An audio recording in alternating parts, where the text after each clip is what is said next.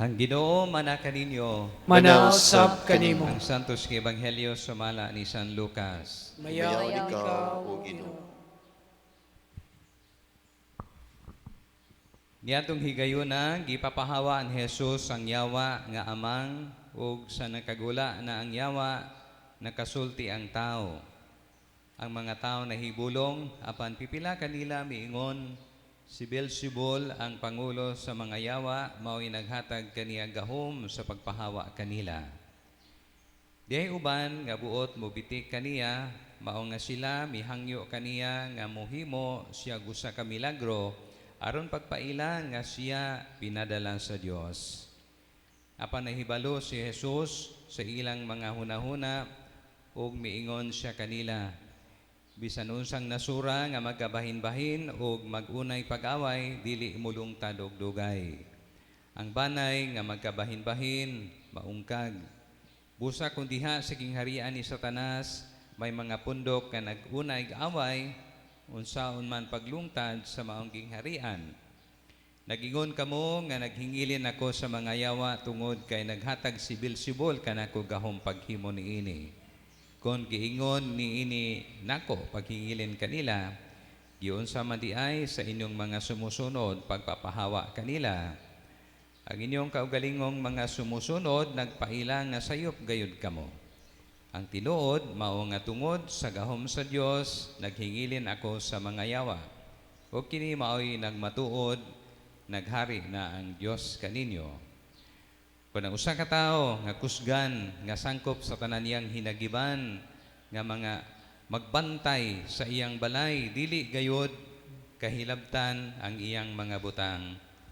Apan kung may labing pang kusgan nga mosulong o mubuntog kaniya, ang labing kusgan mosakmit sa tanan nga hinagiban nga gisaligan sa tag-iya ug bahin-bahinon ang iyang tinolis. Ang dili dapig kanako, bato kanako.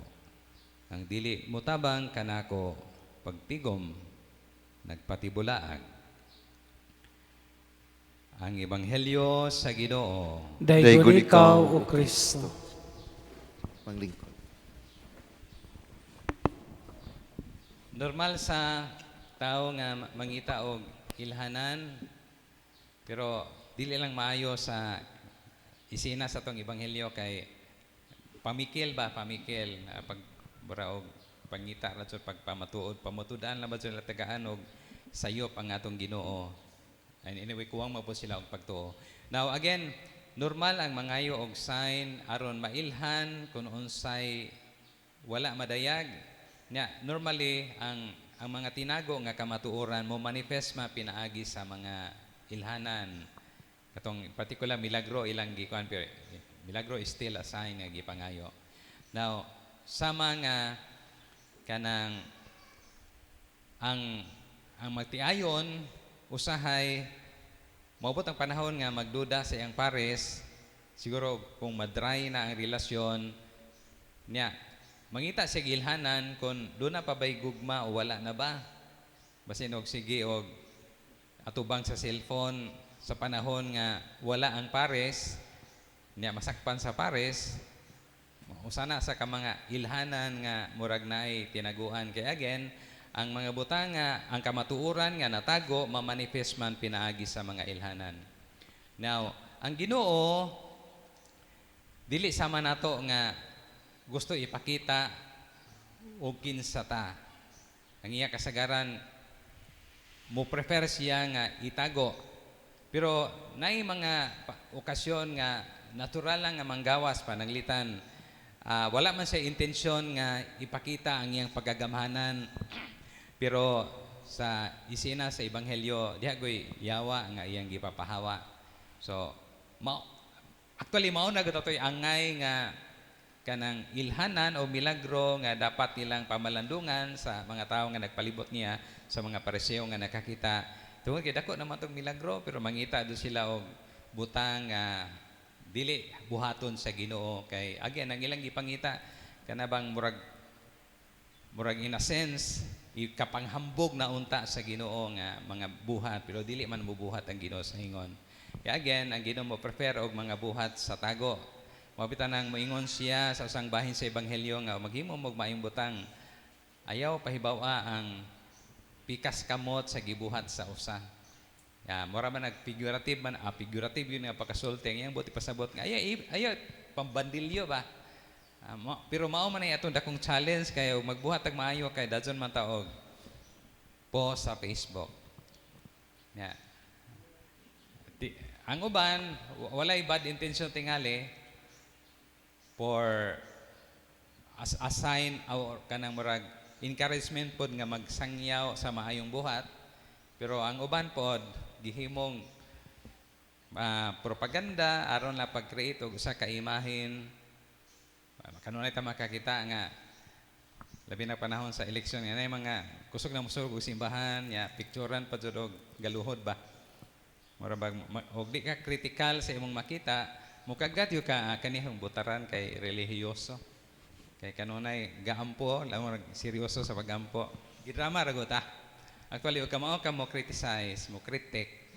Imo kang mahibawan nga og tinuray nga magampo, magpasuok man na. Ganang mapaplastar man jud.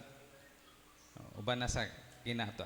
Atubangan gyud nga sa front view ba. Murag og kamao lang kamo analyze.